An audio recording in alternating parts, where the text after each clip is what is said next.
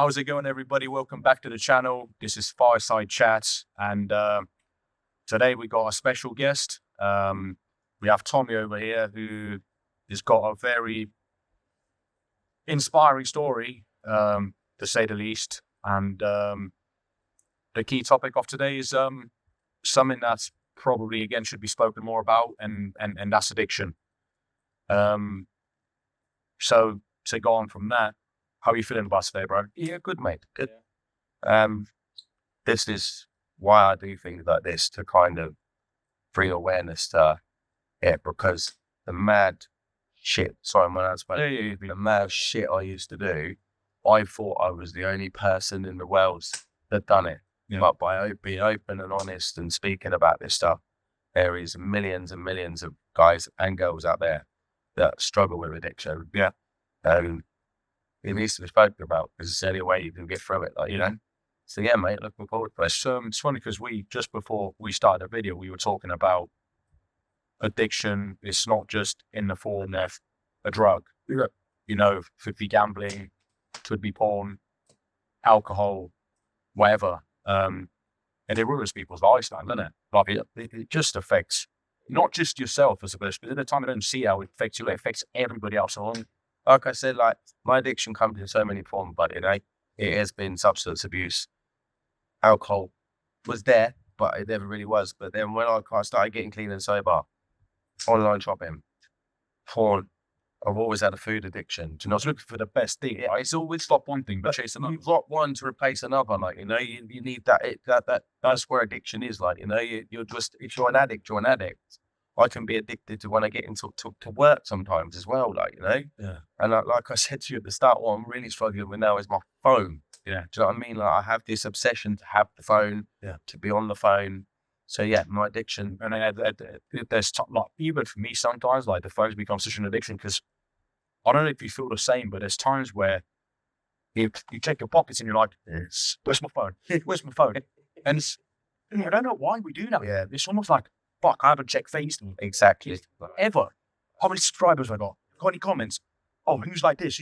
We're looking for that release of dopamine, like, you know, and we're trying to grab it and we're probably all a lot of us are grabbing it in the wrong place. Yeah. Like, you know, there's, we're missing the bigger picture. I've realized lately that by doing the stuff on my phone, I've got my twins running around the house, wanting to engage with me. And I'm thinking through fucking Instagram, like, you know, like, it's kind of baffling when you take a step back, but I'm too close to see it. It has to be someone like my wife or something to point out to me. Like, that's what you do. Yeah, you put your phone down. Like, I tried last week, I left my phone in the kitchen for the night. Like, a lot of people might think, it was fucking torture. Yeah. I was trying to watch telly with my wife. Like, we all want to sit with my partners and watch telly. Yeah. And I'm like, missing something here. And it's just baffling how it works. Do you know what's worse? Like, sticking with a phone addiction, right? Every fucking week, right, you get a notification on your phone saying you spent this amount of time on your phone. Well, when it hits like 9 hours, 10 hours, it's like, fucking hell, that's 9 or 10 hours I could have done then, focusing on my stuff, doing gym, prepping my food, spending time with my parents, spending time with with my partner. It'd be anything. It's like 10 hours in getting back, mate. It's baffling, mate. It's baffling, but I think it's one that a lot of people struggle with, like, you know. You fucked up, right? I think there's a lot of people struggle with, like, but it took me a long time to actually admit that I was an addict, like, you know, because, like, I was probably an addict from day one. I didn't look back on things, like, you know, but especially when it comes to substance abuse, like, my substance of choice was cocaine, and always cocaine. Don't get me wrong. It's dabbled when I started with, like, smoking weed with friends when I grew up, like 14, 15 in a little village, because let's be honest, anyone that grows up in a little village, there's nothing to do. There was nothing to do. So you used to go out the woods, go down the field, get smoked some weed, drink, and that's what you did. The thing is, I hated it, but I did it because everyone did it. Like, you know, you follow suit. It was cool to do, right? Like, you know what I mean? And I used to wait here, and I used to get paranoid and stuff, but I still did it. Yeah. And, like, it wasn't my substance drug of choice, like, you know. Would you say the entourage that you around plays a big role in that as well? Yeah, it does. I mean, it depends if you're a follower, like, you know, and it did. Like, me, my introduction to harder drugs was surely down to the fact that people I hung around with, because the only way I can put it is I was not forced but peer pressured into trying cocaine. And when I did, I arrived, mate. I was like, this is for me. Like, That's it. Yeah. but I tried cocaine probably when I was about 18. But the weird thing with it, I was so adamant that I wouldn't do it. Yeah. Like, I was kind of anti it, like, because I was like, fuck doing that, like, But when I tried it, it flicked the light in my head. And I literally was an addict from day one. Because I have evidence now through going through a 12-step program, understanding, going to rehab, understanding what I suffer with. I can look back at all the scenarios now. I was an addict from day one when I started that stuff. Do you know what I mean? So consequences started very, very quickly. So while Peter asked how old you were when you started, what was your upbringing like? What was your childhood like? Your family like? I had an absolute fantastic childhood. I didn't look for nothing. Like, my mum and dad separated, but like I still saw my dad. I lived with my mum. There was nothing missing, even though my dad didn't live with us. You know what I mean? I'd be out with him at the weekend. Like, my dad had his own business, and like, I wasn't spoiled, but I didn't want for nothing. Do you know what I mean? When I was young, I had motorbikes, I played football. I always seemed to get a good circle of friends. There's nothing in my childhood that points me to where my path ended up. Like, it's crazy you say that, right? Because most of the time when you hear stories like yours, it's like broken family, abuse, some form of abuse. There's always a trauma. There's always some trauma to go back on. But by the sound of it, I had no trauma. And even despite you had your parents split up, you still had both of their loves. There was nothing missing. Do you know what I mean? I had my dad when I saw him at the weekends, in the week, and I lived with my mum and my sister. And like, there was nothing. There was nothing there that I can point to say, that's why that's the trauma. That's why I'm an addict. Because there is nothing there. I can't look for something that's not there. Yeah, a good childhood, mate. Very good childhood. That's good to hear, man. But so you got into substance abuse and stuff around the age of 18, right? When I was 18, it was more. I was quite fortunate. I had a good job leaving school. So when I got to like 18, I was able to buy a house with a partner I was with. So did you do construction? I've always done construction. I never wanted to do construction. I finished school and I thought I'd have a long summer holidays. And Dad was like, "You're coming on the bill." So I was like, "For fuck's sake, like, Did you never aspire to like go to uni and stuff like that? I was going to go to college, but then when I went into construction and got my first week of wages, like at 16, I was getting like £450 a week cash. I was like, I'm all right now. How long ago was that? Can you mind me asking? I'm 40 now, so we're looking at 20, early 2000s, 2006, something like that. £400-500 that back there. Also, it actually had meaning, you know what I mean? I had great money, and that's why I was able to move out, buy a house, and a nice car. Do you know what I mean? But I only went to the pub at the weekends. We'd go to the pub with mates. We'd go and get on it, bring the party back to my house. But what I never could understand is when it got to like 2 and 3 o'clock in the morning, people wanted to go home. Yeah. I was like, well, what are we used to doing? Want to carry on? We're not stopping. And I was always the last one. Yeah. And that it just was a weekend thing, so there was no real consequences. There was consequences because 2 years down the line after buying the house, I had the house repossessed for not paying the mortgage for getting on it. So the consequences started pretty fucking early, like, But regardless of the consequences starting, I can't look at myself and say I'm the problem.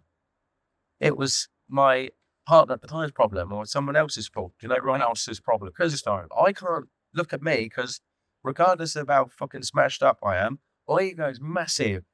I've always got a massive ego. And I can't blame me. Because I can't. But the thing is, I used to run around full of fear. Yeah? But I could mask it very, very well. Do you know what I mean? Because I can be the lively side of the party. I can come and chat to anyone, yeah? But internally, I'm fucking scared. I'm full of fear. Like, my brain tells me constantly, you're not good enough. You're not good at this. You're not good at that, yeah? But that I won't express that out because it stays in with me, yeah? And that's how I was, yeah? That's how I was.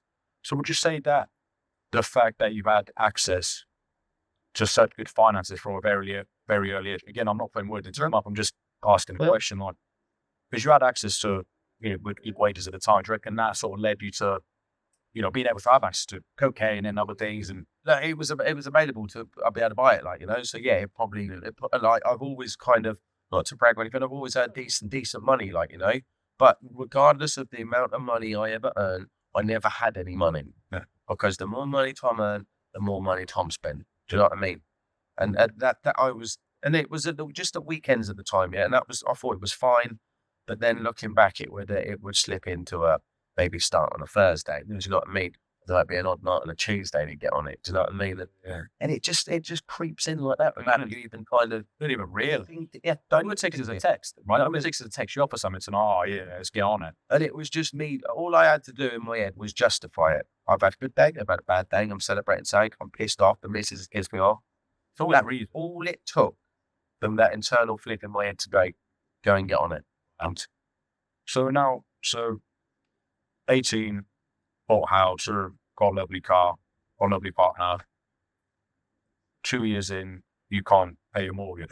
House repossessed. That relationship dies. I moved back home. And then this cycle, this pattern that just erupts. Because my life I can rebuild my life quite good very quickly. I'm quite lucky, you know what I mean? My wife now says, you're lucky you always land on your feet. It's fucking spot on. But whatever shit I've gotten myself into, I've always been bailed out or got out of it, yeah? But this cycle started where I would ruin this life. I'd move away without looking internally, blame everything, leave someone like me that big disruption. I'd go and move on to the next person and build a life up, yeah? And then all of a sudden, Tom pushed the thing that I call the fuck it button. Maybe thinking of that too well. I just have a little push on this button and just blow that life up as well. And it just had this pattern going on, do you know what I mean? The way I can describe it is I was like a tornado, yeah? Just whirling through people's lives. Stuck them in, spit them out, yeah? Never look at myself. And that pattern just kept going, and there was never any blame on my side. Do you know what I mean? And that literally carried on from my teens or through to my 20s, and then until I met my wife, like, you know? Yeah. And it didn't even stop there, it just continued from there, like, you know? So when you met your wife, Yeah. Did you still have an addiction? It's quite, I met my wife on a blind date, yeah? And one of the first things she said to me is, someone told me you got coke problem. I said, no, that ain't me, it's my friend, like, and we just brushed it off. Yeah, blaming someone else. Like, it literally like that, yeah. That ain't me, someone else, you know what I mean? And met her, instantly fell in love with her, do you know what I mean? But I had this dark side of me that I thought was a secret, but really probably wasn't, do you know what I mean? And it didn't take long for the cracks to start to show, like, you know? There's only so much you can hide, I guess. Well, you could just get consumed in that life and that lie, and then you forget, like, you know, because it just takes over. Like, I mean, probably 6 months in, maybe a bit less. My wife now moved into my mum's house, so we were living at my mum's. And as you're doing, you're getting on, we've decided to start saving to get married. Yeah, I'm married. You know what I mean? And she had this pot to save for a wedding. You know, them pots you can get where they're made of china, and we can only get into them if you crack them. Just put money in. You know what I mean? Yeah, that's how bad my addiction got. So I would sneak the money out of that pot, yeah, with a knife, put paper in there to think that them like mint one, right?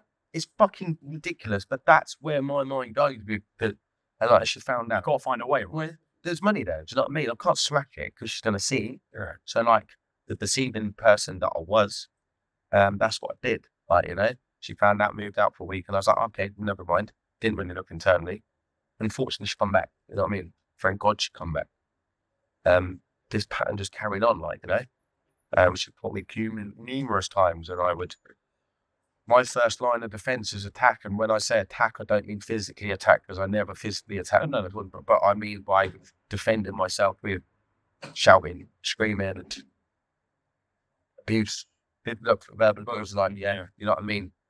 Because my back was against the wall. And this pattern just carried on. What you do when you're in a corner, you're a sack. Yeah, of course you did. And this pattern just carried on, like, you know? Yeah. Yeah, and it just got worse. It just kept getting, like, got worse, like, you know? Then we managed to get our own place, like, you know, and things were okay for a bit, like, you know? I managed to kind of control the purge, my addiction for a bit, I guess. Yeah, did. And then we were like, it moved forward, and we still, like you do, you wanted to start a family, like, you know, but we weren't having any luck, like, you know. There was a few medical conditions, bless her, my wife had at the time. So we were lucky enough to get funded for IVF. Yeah. He had to go through all these procedures, treatments, surgeries. Yeah. One thing I had to do was give a clean sample. Yeah. And I couldn't stay clean for that. Do you know what I mean? Like, and I now think that is the reason why we couldn't, well, it probably causes the reason why we couldn't get pregnant. Yeah. But I couldn't admit it at the time. Do you know what I mean? And my wife's like, why is this not working? And there's me consoling her. I know the fucking reason. It's me. But I'm too much of a coward. How long did it take? How long would you have to be sober for to actually produce a clean son? Well, more than a week than probably what I could muster at the time. I mean, if I really put my heart and soul into it, I could probably muster 2 weeks to be sober, like, you know what I mean? And when I say as an addict, that doesn't mean I was sniffing cocaine every single day. Enough me, yeah. But I could probably go for 2 or 3 days using, and then I wouldn't have any money or anything like that, and I'd be on a serious come down, like, you know, and maybe that could run it into 2 weeks, so I'm really trying, like, you know. But yeah, it's always in the system. Do you know what I mean? Like, and I had to do one job, mate. Do you know what I mean? One fucking thing. Stay sober. Because the only thing I've ever wanted to be in my life is a dad. And I couldn't even do that because I was just warped in this life addiction, like, you know. And then the IVF didn't work. My addiction got worse and worse and worse and worse, like, you know. And then out of the grace of fucking God, yeah, we get pregnant naturally. Then, now, you'd think, as a lot of people do know me personally, that's the only thing I've ever wanted to be. Yes, I'd have been happy, like, you know. Yeah. I was just full of fear. I knew something wasn't right. I didn't want to admit it to anyone or anything like that. And then we went to have our 20-week scan, I think it was. Yeah. And found out that the baby had died, like, you know. They had no heartbeat, yeah. So I went in on the Wednesday for the scan. And by Friday, we're in a room. My wife's given birth to our stillborn daughter. Like, you know, this is how fucked up my head is in my addiction, because the first 4 is I've now got an excuse to do what I want. How can anyone tell me what I can and can't do? I've got, like, literally, that's what's just happened. I got these free paths to use and do exactly what I want, not to comfort my wife or anything like that. And that is literally what I did. I literally destroyed everything and everybody around me because I used the loss of our daughter as my excuse to do what I want to do, Brian. Yeah. I think it was more of just of escape, and if I'm honest, to destroy myself. Yeah. To literally destroy myself. Yeah. Oh, yeah. I think apologies for this, guys. There's a bit of smoke going on. I hope you can still see us, but Like that a little bit. that's so good. There you go. That's good. Fucking drowning you out. But it's good, yeah. But yeah, so yeah, man. And that's what I did. I literally, for How long did that last? a couple of months, I left my wife. I started a new relationship. You guys separated. I just literally, I had an affair and everything, like, you know. I literally just did, I did everything that I swore blind I would never do. Yeah. Yeah. And destroyed this woman. The thing is, I destroyed a woman that wanted nothing from me apart from me. And that's the one thing I couldn't give her. Or I couldn't give her. So I literally went hellbent on just destroying my life, basically. And then it was coming up to Christmas, so I had about 2 weeks left in the flat because she'd moved out. And I literally went hell for leather one night and massively overdosed on cocaine to the point where I can't. Apparently, I was outside falling over and then collapsed. Do you not remember any of this? I remember vague bits because I've still got a vision in my head that my flat was full of people and I was having a party. Yeah. No one was there.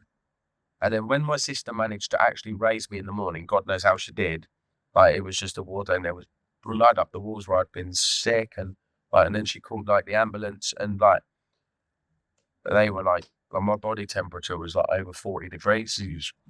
And they were like, we've got to take you to hospital. And then they were worried about sedating me. So they had this big, like, my dad was there. And, like, I've never been so broken. Do you know what I mean? Like, I was at a point where I just didn't care. I was that low then. I just thought, I'm just done. Like, you know, it wasn't an attempt to take my life. I'm pretty sure of that. But I didn't have any respect for my life, if you know what I mean. So I went into hospital. I went into a coma. I think I was in a coma a couple of weeks. And then when they tried to bring me around from coma, everything went wrong. Body started failing. And then, like, found out afterwards that they had a conversation with my family about the next 24 hours, he might not make this, like, you know. I'm still here. But when I come round, I had to learn to walk. I had to learn to kind of add no memory and stuff like that. And I kind of thought that going through all that would be enough to finish me. But I didn't kind of do the right thing when I come out of hospital. I relocated. I thought, I'm going to move with this new partner, and I moved over the other side of the country because that'll keep me clean and sober and safe. Like, anyone that thinks moving to Essex is going to remove their obsession to use drugs is pretty fucking deluded in themselves, isn't they? Like, you know? Yeah. Um, I'll be even more accident, even more. but yeah, like, and fear kept me clean and sober for a good 11 months, like, you know? And when I say clean and sober, I say sober because even though I wasn't using in them 11 months, I was still obsessing a bit. Yeah. I was watching stuff with cocaine and drug abuse in it. I wanted to say you went out the weekend and got on it. I wanted all the details, like, you know. So I wanted to push you through that. I was like, you know. Yeah. And I got one opportunity 11 months later. So I had a bit of time to myself. Yeah. And I was driving my partner, this girl that I'd moved in with. I was driving her to the airport, and then the thought come in my head, why don't you just get half a gram? Now, anyone that knows me, I've never bought half a gram in my life, like, you know. There's the first fucking lie, you know what I mean, yeah? Going from that thought to 3 days later, I've gone from having a thought of using to being back in hospital, fitted again. Do you know what I mean? And in that 3 days, God knows how much drugs I've used, that's irrelevant. I drove from Essex to Reading to my sister's birthday, ruined that. On the way back, driving home, don't know how it happened. My sister went, let me just put a tracker on your phone. It's trying to get back to Essex. I ended up in Luton. I don't know how I got to Luton. I crashed the car and got to Luton. My sister had to come rescue me from Luton. Yeah, I was parked up in a crashed car. I shit and pissed myself, screaming, crying in a car park. Lost the head, like, you know. Gone, just gone, mate. This is on my sister's birthday. She'd come and find me, take me home. And then I got back to Essex the next day. We did it again. Back on it. Yeah. And then I had to pick my partner up from the airport, and she knew, and she kicked me out. I went to a hotel and just got on it again. And then I was in this hotel, and I had, like, I don't know what it was. There's quite a lot of cocaine there. Do you know what I mean? And I just did it all in one night, and then I just fitted and I had to call an ambulance, and then I was back in hospital.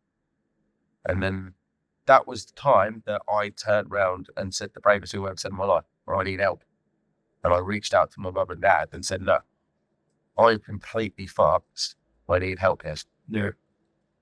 But would you say that this final thing, that was the breaking point? Like, this was... I have to hit it. If you're an addict, the type I am, if you don't hit rock bottom and you're done, you're not going to get sobriety. In my experience, do you know what I mean? Yeah. You have to be done. Yeah. Because there's no, if you've still got a little bit of fight in you, or you still think there's another use up, or if you're kind of deluding yourself that it wasn't as bad as what it is, like, you know. Yeah. I have to be done. And laying in the hospital on my own in Essex, and I said the bravest thing, I need help. Yeah. And then they come and got me. And then 6 days later, I was put into rehab for a month. Best thing I ever did. Best thing I ever did, man. They gave me time out. And it was the first time that I went there on my own free will, which was quite bizarre for rehab because a lot of the people that I was in there with got put in there by family members, like, or whatever, like, you know, they went there reluctantly. Yeah. I went there on my own free will, and it was the first time I walked into somewhere ready to listen, ready to do what someone wanted me to do. Yeah. And you know what I mean? I was willing to just listen and just tell me what to do. Yeah. Because I was broken. Help me fix yourself. Literally, yeah. And it was the best 28 days of my life. Yeah. So is that the last time you touched cocaine? Because I went into it is. I went into rehab, and it's a 12-step rehab, so that it does different fellowships of meetings for different addictions, like, you know. And I found one that suited for me, like, you know, like you probably, I get it from when we go to meetings, but you probably had seen it on podcasts where you listen to someone's story and it's literally like they're talking to you or they're talking about you. Yeah. And this lady come to share her story, like the day before I was leaving rehab. And it literally was like there was no one else in the room. She was just talking to me. And I spoke to her afterwards. Then when I got out of rehab, I went to her local meeting the next day, and that's where I got introduced to the 12-step program that I still run to this day. Like, you know, What was it about that story, about her story, that sort of made you, you know, realize actually, fuck me, I need help. I need to do it. It was just what Did it attract you? it was just the identification I could have with what she was saying. Related. Yeah, related to everything. Like, she was saying how I felt. No one's ever spoke about like that before. Like, all them internal thoughts and feelings I had, she was saying it, and I was like, that's me. Like, you know, It's mad because, like, you don't want to go for like depression and stuff. Like, you think you're the only person in the world suffering with it. And you actually seek help and you speak about it, it's like, hang on a second, it's not just me. And automatically sort of become less of a burden, I guess. yeah, it's nice to know that you're not the only one out there, like, you know, because the mad stuff I used to do using, and there's loads of people out there. Do you know what I mean? And it starts what their program kind of teaches you is to look for the similarities, not the differences. Yeah. And that's what I did with this lady's story, and it just inspired me, like, you know. And what it gave me is I want what she's got. Yeah. She had 18 months, 2 years sobriety, or whatever it was. Yeah, I want what you got. What do I have to do to get that? And she introduced me to this fellowship, like, you know. Yeah. And it was the best thing I ever did. And so going on from there, like, you've never touched scene three. Have you ever had like not opportunities, but have you ever sort of had a thought in your mind like there was let me get hard to ground? So If that thought ever comes into my mind now, and I'm not going to lie to you, it still does now and again, I know that it's a thought, not an instruction. Yeah, and what I mean by that is I used to act on every thought I used to get. I'm always going to get thoughts. I'm an addict, you know what I mean? Yeah, but it's a passing thought, and what I've been taught to do now, let it pass, mate. yeah, Yeah, and the whole concept of the 12-step fellowship that I'm part of is helping others. So get out of my own head and go and fucking ring someone else. And that was obsession and so me. But we're going to be honest with you, since I've been doing the right thing, since I've been going to my meetings, the obsession to use and drink and that was just completely and utterly removed. yeah. It's mental. I guess when you know that I'm doing it right, not just for myself, I'm also doing it to be an example to others and help others. I guess that always helps. I can only stay sober if I give this away, because you can't be selfish if you can't do it, right? Exactly. Do you know what I mean? This will keep me clean and sober for another day by doing this, by what you do, like, you know, helping other people. So sorry. I'm very grateful that you're saying that, because I guess the reason that we started this is to, you know, help everyone in any scenario and you know, do what we can to sort of play a part in their life and a positive part in their lives to help them realize that whether it's an addiction, whether it's a bad trait, whatever it may be, that actually they can remove and they can get pushed together. It's this proof that something happened. We can be fixed. Like, you know, you can manage what your mental health issue, your addiction issue. Do you know what I mean? I only really talk about my addiction issue because that's what I know about. Do you know what about? Yeah. Do you know what I mean? I wouldn't sit here and talk lots about mental health. I suffer with mental health. Do you know what I mean? But I'm not an expert on that. Like, you know, I'm not an expert on addiction, but I know what I know or experience. Like, you know. And so you said earlier, just for clarification, that you've broken up with your wife, but the way you say your wife, is that the who you're with now, or? Yeah. So I was my next. yeah. I was gonna say, praise your story now. So yeah. when I come out of rehab, while I was in rehab, I got back in contact with my wife. Like, you know, You allowed to phone us up while rehabbing. you allowed it a couple of hours a day. Got ya. They give you it at night from 5 till 7, goes away. Do you know what I mean? Because your sole focus while you're in there is to just do the fucking work. A lot of people don't want to do it. That's why they go back 2, 3, 4 times. But then, you know what I mean? But you've got to be ready. Like I said, if you're not fucking ready, you're wasting everyone's time. It's going to come back on and do it all again. Exactly. Do you know what I mean? And you're just starting this cycle of Insanity. yeah, it's insanity. Doing the same things, expect a different outcome. But yeah, anyway, I got back into contact with my wife while I was in rehab, maybe just before. But yeah, started just chatting, like, you know, and I knew that this new relationship I started just wasn't the right thing to do. It wasn't right, like, you know, and I had the courage to say, look, I can't do this anymore and stop that. And then just started building this relationship back with my wife. And like, she's been there through my whole recovery journey. Like, you know, I mean, one of the steps I have to do was to make an amends to all the people I've hurt. And when I say amends, it's not just, mate, I'm sorry for what I did. Yeah. I need you to tell me what my actions did to you. So I had to sit with my wife and I told her to write out of all the stuff I'd done to her and how it made her feel. But you know why I have to do that? Because I have to be fucking humble. You have to feel that. I have to be humble to embrace and I mean, I need to know because my recovery's got a ripple effect. It makes everyone around me, my family knows. My addiction had a massive fucking ripple effect. I need to see damage. I had to do the same with my sister, knowing that her going searching for me at night where I'd go missing has caused her to have PTSD. I need to listen to this. And she thought I was dead multiple times. I had to make an amends with my dad. But he said that he thought his son was going to die the next day while I was in hospital. It's heartbreaking stuff to hear, but I have to hear it. I have to fucking hear it.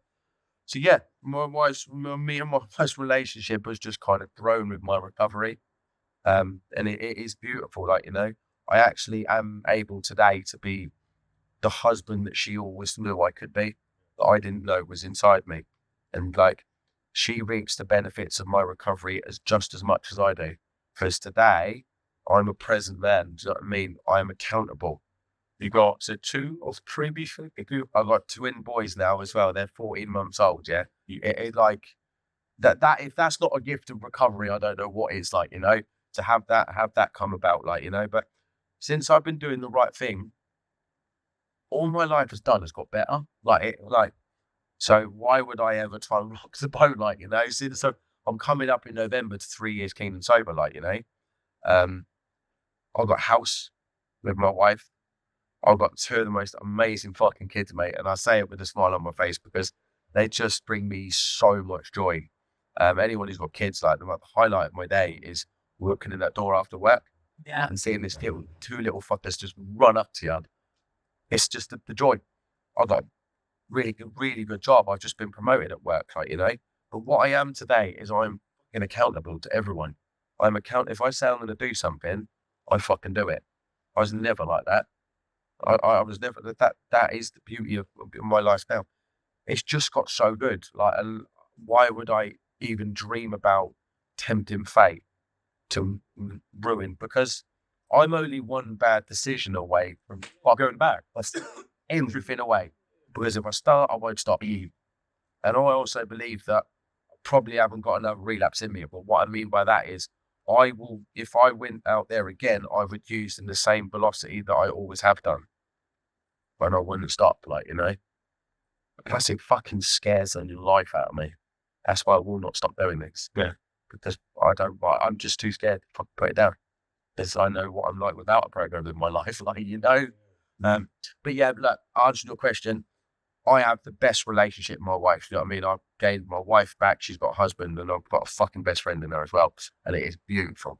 And I guess going back to that as well, like, having a strong woman in your life helps the world, man. Of course it does. Of course it does. You know what I mean? It is just, yeah, we're so different. And that's what makes it work. Like, you know, I'm a very outgoing person, confident. She's completely opposite, but it just works, like, you know. And she's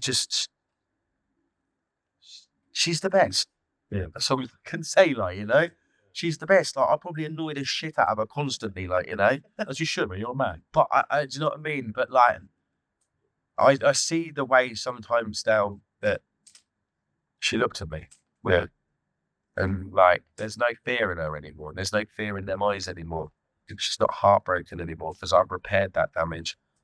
Well, what I have to keep repairing that damage every day, by doing the right thing, turning up, going to our meetings every week, like, because that's how my amends process works. Like I said to you earlier, it's not just the sorry, it's a living amends. If you have something that was like weekly meetings as well, something like following a diet plan with a coach where you have to check in every Friday and you turn up. It's the same concept where it keeps you accountable, right? Of course it does. Keeps me accountable. I'm part of a home group.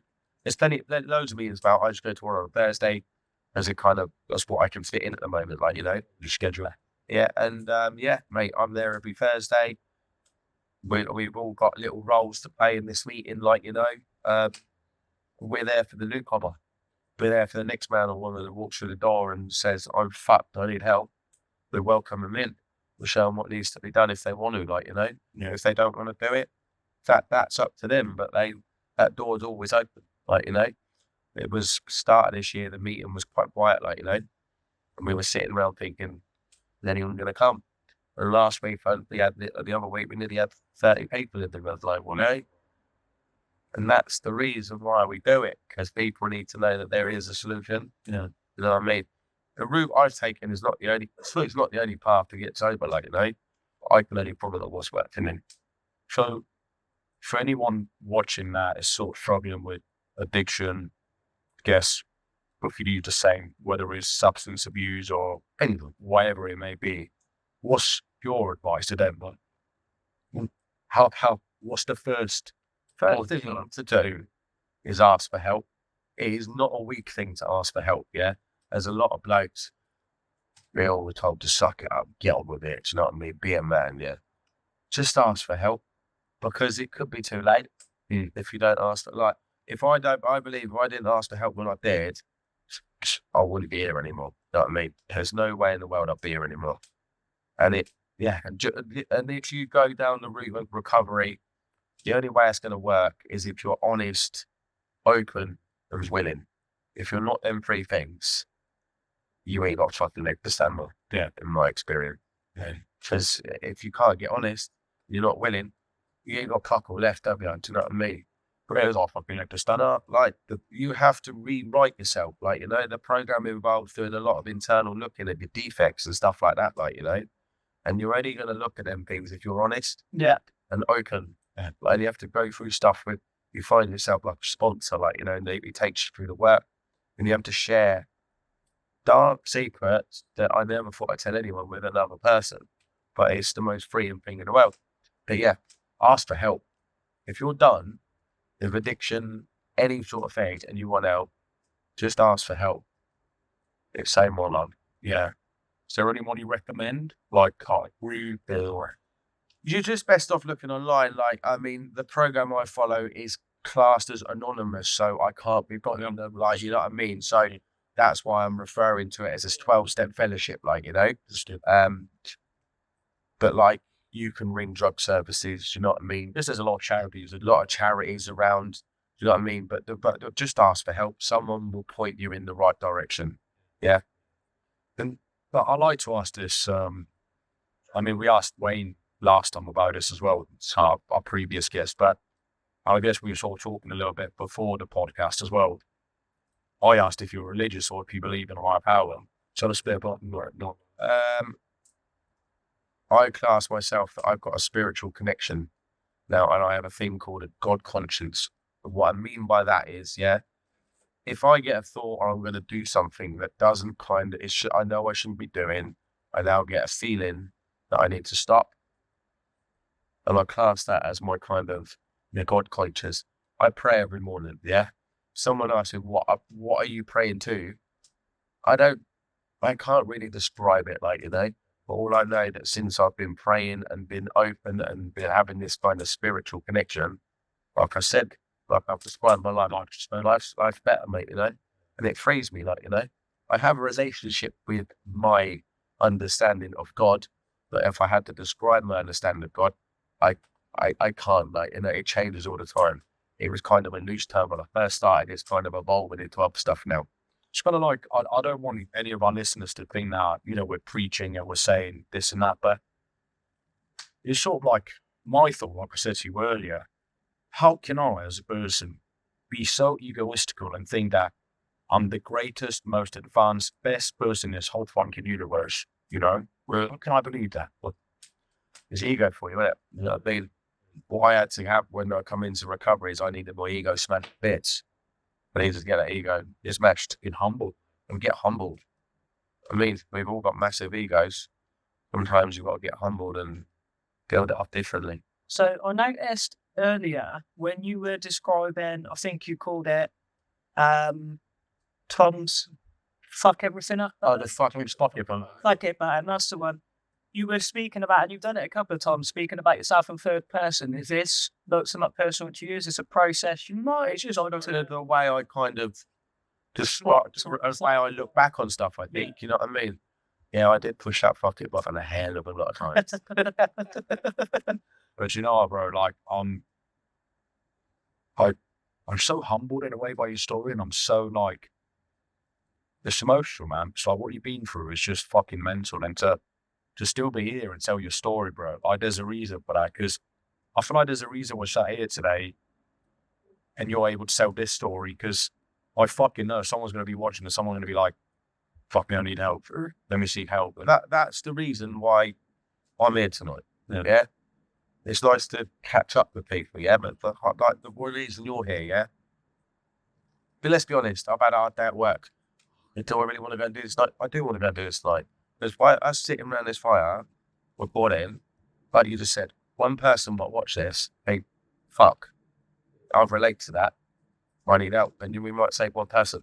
And that's worth any amount of my time. This is the whole goal of everything and why we started to help people and guide people, and by having these uncomfortable conversations, because a lot of times it's uncomfortable, and in the hopes that it will help someone, man.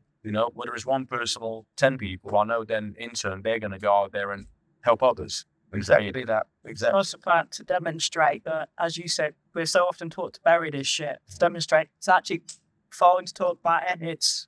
It's the right thing to do. That step. It's the right thing to do. Like, if you keep piling stuff up, it don't end very well. Yeah. I've lost so many people, friends and fellows, to addiction, to suicide.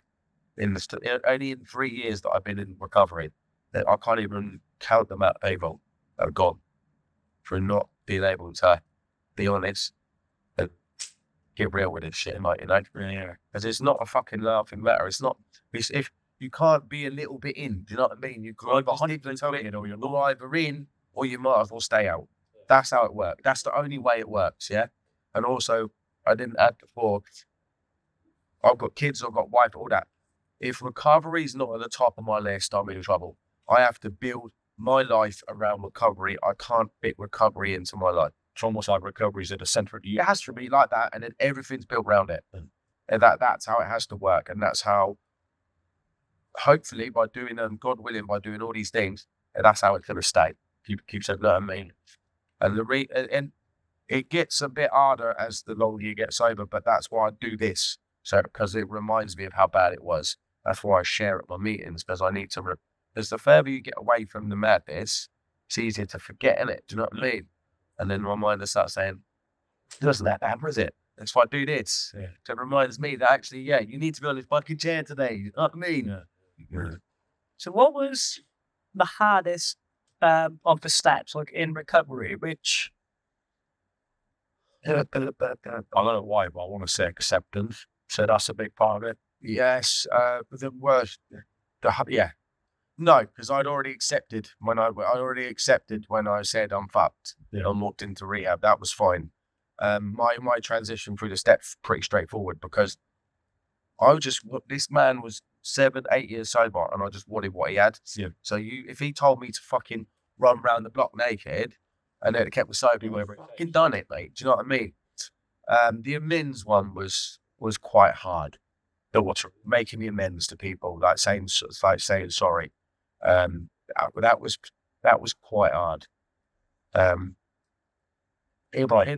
Yeah, I did cry. I cry a lot. I would cry non-stop. But now, the trouble is, now that I could open up my feelings, I can't stop fucking crying. I cry at everything now, you know what I mean? Especially since I've had kids as well. What's like, that? you know? I'm crying, see the young, I'm crying.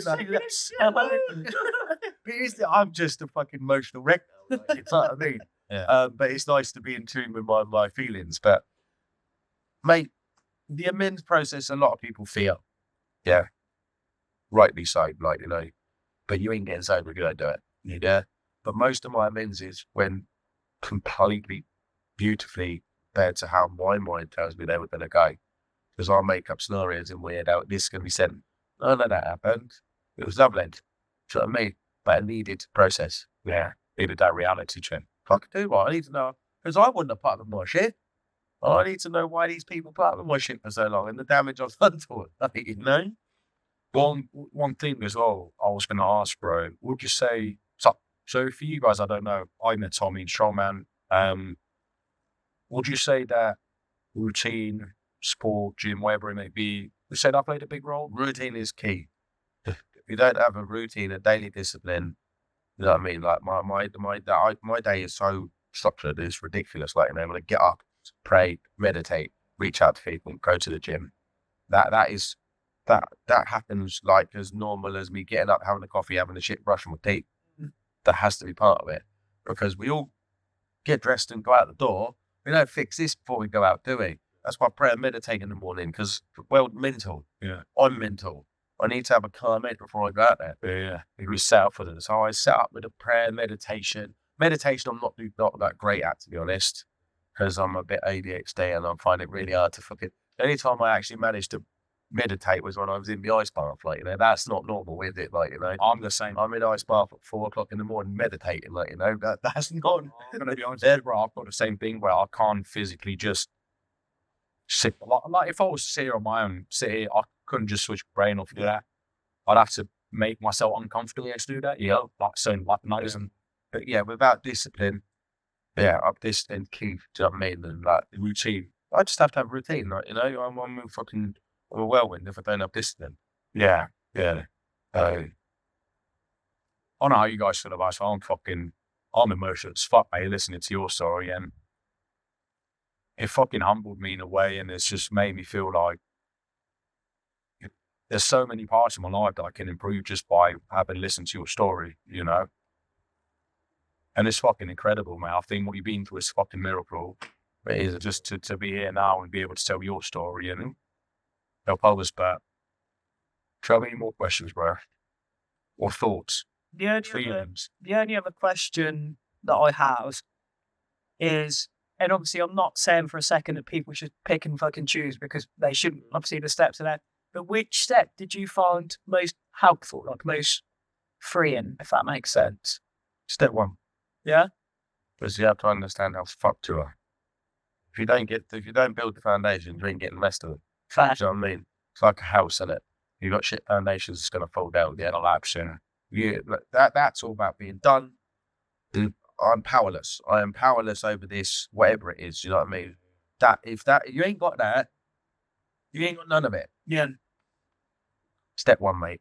Powerless. If you're powerless and you're ready to change, you can move on. But without that, if you gloss over that bit, then you're into you're gonna fail in my eyes. But I knew I was powerless because I already got to look at the fucking evidence of my fucking growing up, like, you know. So there you go, like, you know. But it's admitting it as well, like, which is a tough one, like, you know. Yeah. Beautiful, man. Like, It has been an honour to meet you, mate. I'm glad you're here. Pleasure. I'm fucking glad you're here, mate. You've sat down with us and we'll say it by the fire. Like, I want people to understand that anybody that comes on, like, it's not a fucking structured podcast or whatever you want to call it. It's literally three brothers sat by the fire. So fireside chat, yeah. It's a fireside chat, and like you just had everyone. This was a fucking, I didn't send you a fucking list. By the way, I'm gonna ask you this and that. It's just fucking fan up, make fire, just have a chat. Yeah. It's exactly how we're always gonna keep it because we just Well, this is how men have been solving problems for thousands of fucking years, isn't it? Yeah. I don't know, something about looking into fire makes you be able to talk a little bit more, I think, as well. Yeah, we've been saying this for a fucking few times now. We'd make a fire, and a lot of times, there's times when me and him sort of sat around the fire and it's been fucking dead silent. We just look at the fire and you just sort of enjoy it. Just like, you man, to the peace now. They don't even have a deep conversation while looking into it as well. Yeah. It's weird. In South Africa, we call it Bush TV. Yeah. No, lads, it's been a pleasure. It's been an absolute pleasure. It's a fucking honour to have you on, bro. And for you guys, for all of you watching, how can they find you, bro? If anybody wants to message you, reach out to me on Instagram. I'm on Instagram. If anyone wants any advice, anything at all, if you just tag me in the thing, we'll put Tommy's Instagram in the description below. So please follow him. Please reach out to him if you need any help. Please reach to either myself or Peter at any point with any struggles. We're here to advise and help in any situation. I mean, I'm not saying we're qualified for everything, but I'm sure we can help or advise or at least point you in the right direction of where you need to, head to. Or even just listen. Yeah, exactly that. Even just listening is, it's, a shared problem is a half problem, so with that, is there anything else you want to say? Is there a message you want to pass on? Just if you're struggling, just reach out to someone. That's it, man. Just reach out to someone. Well, appreciate having you on. Pleasure. Love you, brother. Pleasure. Love you, Tate. With that, guys, like we always leave you, seize the day. Every day. Brilliant.